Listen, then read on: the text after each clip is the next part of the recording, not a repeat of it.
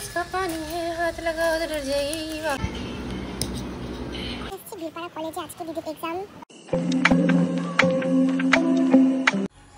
হ্যাঁ everyone, good morning সবাইকে। তো আজকে যাবো আমি ঘুরতে, মানে আমি যাবো ঘুরতে কিন্তু দিদির এক্সাম। তো ও কালকে রাত্রে বলছিল তোকে যদি নিয়ে যেতে হয় তাহলে তুই সকাল সকাল রান্না করবি।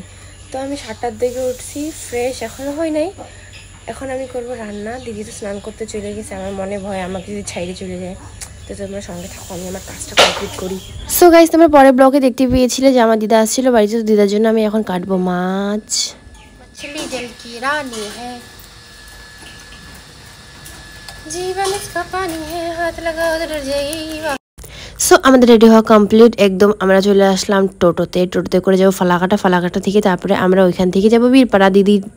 দিদির জন্য ওয়েট করছে। তো গাইস পরের ভিডিওটা তোমাদেরকে আর দেখালাম না, ডাইরেক্ট কলেজে চলে আসছি। আমরা অনেক লেট হয়ে গিয়েছিলাম, গাড়ি পাইনি, তো আমরা টোটোতে আসছি, টোটো থেকে তারপরে গাড়িতে। তো এটা হচ্ছে কলেজ গাইস, দেখে মনে হচ্ছিল না এটা কলেজ, দেখে মনে হচ্ছিল পার্ক বা জঙ্গল। আর আমি এখানে একা একা বসে আমার পাছা ব্যথা হয়ে গেছে গাইস, কি বলবো। আর এত খারাপ লাগতেছিল, মনে হচ্ছিল বেকার আসছি। তো আমি এখন যাবো মোমো খাইতে। ফালাকাটার একটা দিদির সঙ্গে দেখা হয়ে গিয়েছিল, নাহলে তো একা একা বোরিং হয়ে আমি মরে যেতাম। তো যাচ্ছি এখন মোমো খাইতে, কিছু মোমো খাবো। নেপালি মোমো আমার ফেভারিট, যার জন্য আমি আসছিলাম বীরপাড়াতে। আর আমি চালাকি করে মোমো খাইতে আসছি গাইস। এখন মোমো খাবো, কারণ দিদি তো দেখতে পারবে না, ও আছে ভিতরে। তো মোমো খাওয়ার পরে বলবো আমি মোমো কিছুই খাইনি। তো ও তারপরে আমাকে নিজের টাকা দিয়ে আবার খাওয়াবে। তো আমার আইডিয়াটা কেমন লাগলো সবাই কমেন্টে জানাবে। তো গাইস টাইম হয়ে গেছে, আর এত রোদ্র কোথাও নেই, ছায়া, সব জায়গাতে জঙ্গলই জঙ্গল। দিদিরা তো ফোনে কথা বলতে ব্যস্ত, আর আমি বোরিং হয়ে মরছি। এখন যাবো দিদির ওখানে। দিদি এসে দেখি দিদি বার হয়ে পড়ছে। দিদি বলছে যে চল জল আনতে যাই। তো দিদির সঙ্গে জল আনবো, তারপরে আমরা বার হবো। আর এটা হচ্ছে আরেকটা দিদি জানতো না যে আমি জলের মধ্যে মুখ লাগাইছি। পরে যখন শুনলো দিদি,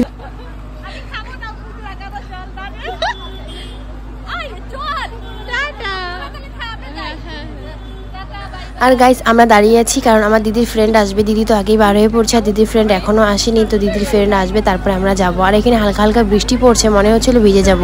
আর আমরা তো পুরা ভিজে গেছি, ভিজে শেষ। তো ডাইরেক্ট চলে আসলাম ফালাকাটা। মাঝখানে ভিডিও করিনি, কারণ এত বৃষ্টির মধ্যে ফোন পড়ে গেলে জলের মধ্যে, ওয়াটারপ্রুফ যতই হোক না কেন, তো আমার মনের ভিতরে ভয় থাকে যে নিউ ফোন। তো আমার দিদির প্রচণ্ড খিদে পেয়েছে গাইস, আমরা খাচ্ছি মাছ ভাত, তারপরে যাবো বাড়ি। তো এটা হচ্ছে আমাদের ফালাকাটা, প্রাণের ফালাকাটা। গাইস এখন যাবো টোটোতে করে বাড়ি, কারণ আমি বাসে যাইতেই পারবো না এত খাওয়ার পরে। সো যাবো বাড়ি, এটা ভাবে খুব ভালো লাগছে যে বাড়ি গিয়ে ঘুমাবো। শরীরটা প্রচণ্ড ক্লান্ত লাগছে, তো আমি টোটোতেই ঘুমিয়ে পড়ি। আমার অবস্থা দেখো গাইস, আমার এরকমই আদত, আমি টোটোতে উঠলে পা উঠায় না দিয়ে থাকতেই পারি না। তো আমার আজকের ব্লগটা তোমাদের কীরকম লাগলো সবাই কমেন্টে জানাবে, আর চ্যানেলটাকে সাবস্ক্রাইব করতে ভুলবে না। বাই বাই গাইস, দেখা হচ্ছে নেক্সট ব্লগ ভিডিওতে। Love you.